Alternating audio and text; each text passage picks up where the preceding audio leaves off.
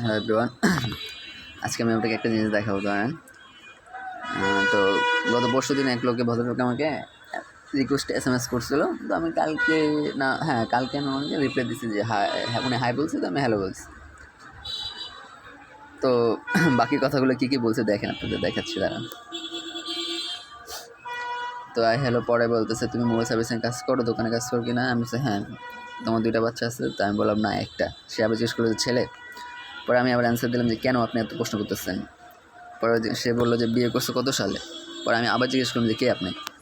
সে আবার আমাকে রিপিট করে জিজ্ঞেস করে যে ডেট অফ বার্থ কবে? পরে আমি আবার তাকে বললাম যে আমি বলতেছি আপনি কে, আর আপনি বলতেছেন ডেট কবে? এত অ্যান্সার আপনাকে কেন দিব? পরিচয় দেন, না হলে ব্লক করে দেবো। Okay fine. সে আবার রিপ্লাই করে বললো যে আর বাচ্চা নিয়ে বানান। তো পরে আমি বললাম ভাই আপনার প্রবলেম কি বলুন তো? থাক, আপনার সাথে আজ এরা কথা বলে আমার লাভ নাই, আল্লাহ হাফেজ। সে রিপিট করে বললো যে তোমার পিচ্ছি লাগে, দেখে মনে হয় স্কুলে পড়া, অথচ এক বাচ্চার বাপ। সে আবার বললো যে রিলেশনশিপ বিয়ে করছো নাকি অ্যারেঞ্জ ম্যারেজ বিয়ে করছো? ম্যারেড, ঠিক আছে, বিয়ে করছো। তো আমি আবার বললাম ভাই আমার যথেষ্ট বয়স হয়েছে ভাই, আমার 26 বছর, তো আপনি বাচ্চা পেলেন কই? এরকম আসলে আননোন পারসন আইসা কী কেমন আজে হুদ দেয়, এটা চাই বুঝলাম না। এখন আর কি, ব্লক করে দেবো, ব্লক করে ভদ্রলোকে ব্লক হয়ে থাক, এটাই ভালো।